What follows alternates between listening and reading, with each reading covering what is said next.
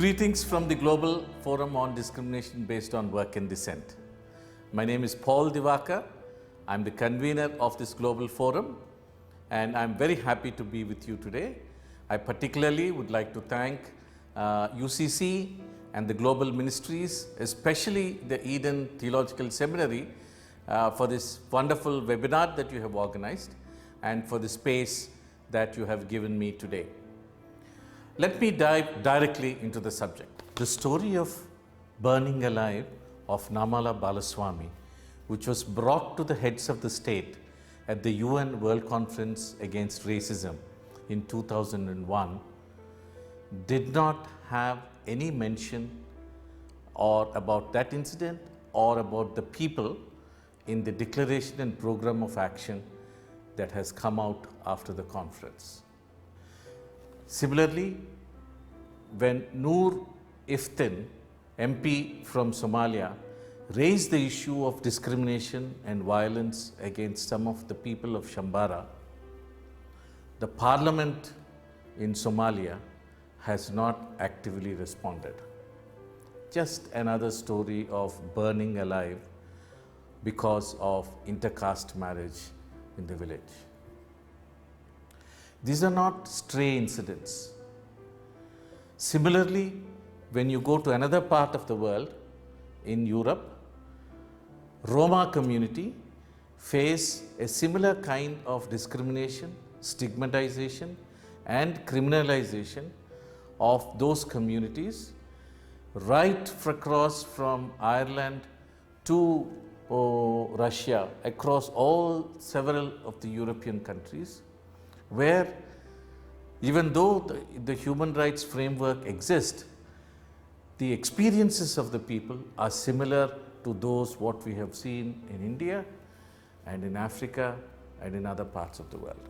I'm from Mauritania, and in Mauritania we have a big issue. It's slavery. Not only contemporary forms of slavery, but traditional slavery. And is a big problem because victims of this problem are about 50% of the total of population of Mauritania. So Mauritania, the power is with the minority of Arabs, Berbers, and the same people who have the power are slave owners too. In Somalia there is a discrimination, undeniable discrimination that exists for quite some time. However, the situation, it is not alleviating, but it is deteriorating day after day. Imagine people, especially the marginalized group of Somali people, in one way they have a challenge from Al-Shabaab, the other way they have a challenge from the dominant clan. So they are very much suffering, and world have less aware about that. So Roma are the biggest minority in Europe, but also in the whole world. In Europe, we are about 12 million. In the whole world, we are about 20 million people, which makes quite a large share of the population. But it happens that Roma actually are the group which face the risk of the poverty. Only in Europe, it's 80% of the Roma population are actually facing the risk to fall in very deep poverty. Roma are being segregated in schools. They are receiving special education, which is much lower quality education, so they cannot enjoy the mainstream high quality education very often just because of the Romani origin. It's very hard to access jobs. There's a huge discrimination in employment. Sometimes it's because of having this low quality education, but very often it's because of the skin color or the surname or just an address that Roma are living in. Roma are also very much being discriminated by the institutions themselves. There is a hard way to access the services, very often also the documents, the ID documents, the birth certificates in some of the countries in Europe. Roma are facing a big deal of evictions. I think actually the school segregation and evictions, like the forcibly non-voluntary evictions, it's one of the biggest problems Roma are facing in Europe. And it's of course affecting also their way of kind of, if you don't have a place to stay, you cannot send children to school, you can hardly find a job. So it's kind of perpetuating the situation, and it is making very hard for Roma to get out of this vicious circle. Nearly about 260 million people are fighting for their justice and equality. This discrimination issues not yet addressed in United Nations because no states or no countries are ready to bring these issues to the notice of UN. What these groups contend with is called discrimination based on work and descent. There are two parts, work and descent. Work here represents the coerced, occupational and locally stigmatized forms of labor. Work has been also polluted, labeled as polluted, as opposed to the pure forms of labor, which is mostly done by white collar, religious, or mostly by the dominant caste. They would include, for example, sanitation, death work, grave digging, leather work, devalued musical and traditional performances, which are, most of them are slave-like occupations, free labor, which need to be given free of cost to the dominant caste. Descent here refers to the inescapable birth-based criteria which exists in the social systems of many of these countries. To enforce this descent, the population is restricted to marry within the caste, which is enforced endogamy. And this is policed by violence. If anybody dares to cross the line and marries so-called intercaste, as what we had seen in Somalia, what he had seen in many parts of India and other places, they will be burnt alive and so-called honor killing. So there is a very clear restriction. So work and descent. So this word, discrimination based on work and descent, has been coined recently by the UN and has also been used by several UN human rights bodies in identifying this particular type of discrimination, which is different from racism as well as from indigeneity and other forms of discrimination that we see. This type of discrimination is typically associated with the notions of purity and pollution and practices of untouchability, and it is deeply rooted in societies and cultures where this discrimination is practiced, to the extent now that even if you change religions, even if there is a conversion, it is not only restricted to one religion, Hinduism. It is there present in Christianity, it is there present in Islam, there present in Buddhism and Sikhism and several other religions. It has permeated. Discrimination based on work and descent affects over 260 million people in the world. If all of them gather in one place, we would be the 7th largest nation in the world. It spreads over Asia, Africa, Europe, South America, North Americas. I don't think there is a place where it doesn't exist. It has not been uncovered. And this estimate of 260 is a very, very conservative estimate, because in many countries, these communities, there is no data available of these communities or the practices that are existing very virulently in these countries. In Asia, the DWT communities coincide with what we are very familiar as Dalit communities, erstwhile the untouchable communities, the scheduled castes. It's the largest contingent, about 220 million people in India, Nepal, Bangladesh and Pakistan. In Sri Lanka, The other communities in Asia are Al Muhammashin in Yemen and Burakumin in Japan. In Canada, especially in the US, United States, we see many types of discrimination based on work and descent exist, but they are overshadowed by the overwhelming xenophobia and white racism that cuts across several non-white populations. There are broadly 10 types of barriers they face as human rights violations arising out of the systems of caste and discrimination based on work and descent.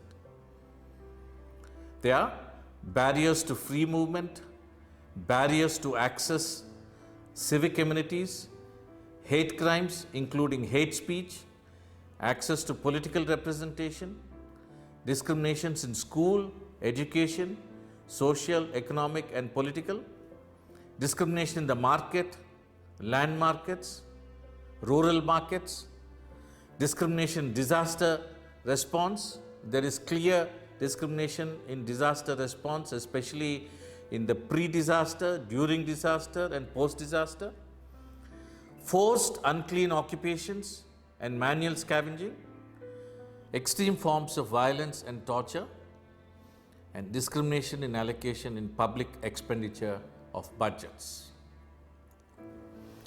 It is our belief that all human beings are equal, as the Charter of UN Declaration of Human Rights affirm, in the dignity and worth of the human person and in the equal rights of men and women, and have determined to promote social progress, and that everyone is entitled to all the rights and freedoms without distinction of any kind, such as race, color, sex, language, religion, political or other opinion, national or social origin, property, birth or other status.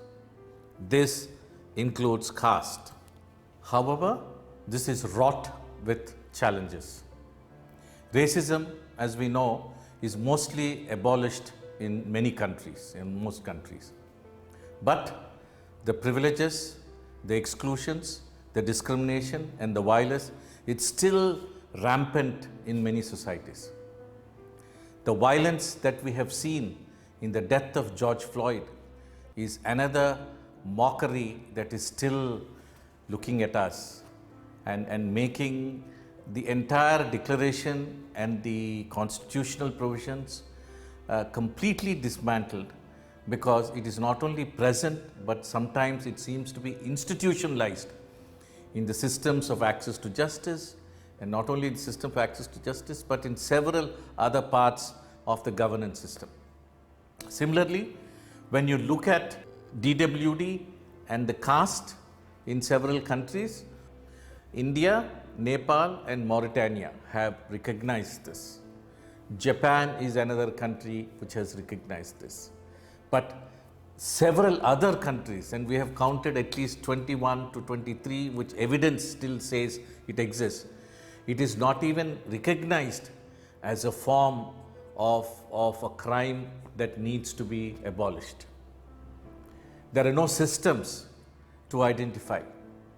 And even in these countries that we are talking, only I think in India, you have some forms of legislative mechanisms, institutional provisions, budgetary allocations, which try to ensure that these barriers are crossed, but the implementation is still a problem. But rest of the world, there is nothing that exists which looks at this issue and sees how is it that we need to address. So when that is the case in both against racism and in the issues of caste and DWD, we see the UN is also very silent on many of these aspects. There seems to be a glass ceiling where every other forms of discrimination is being discussed, but the DWD seems to be a bar. So I believe that the secret lies also in forging our strength in terms of grassroots communities and the UN putting pressure on governments at the same time. I always say that this is like a pump. You know, one comes from bottom up, the communities have to come from bottom up, the UN has to come from top down. And then if you put the government in the middle, you're going to exercise that pressure that they need to have in order to realize that they have an issue. Now, we don't see UN willing to discuss this particular aspect at all.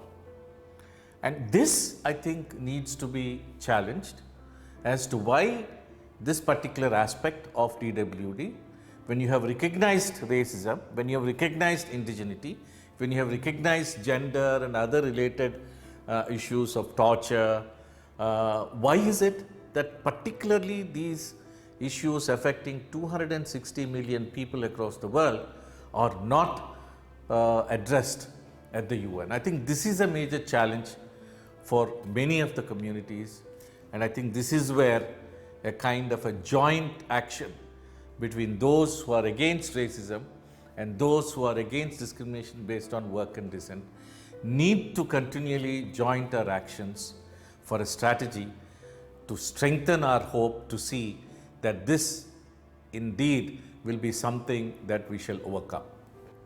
So one of the first steps that is needed is for the UN to have a declaration against discrimination based on work and descent.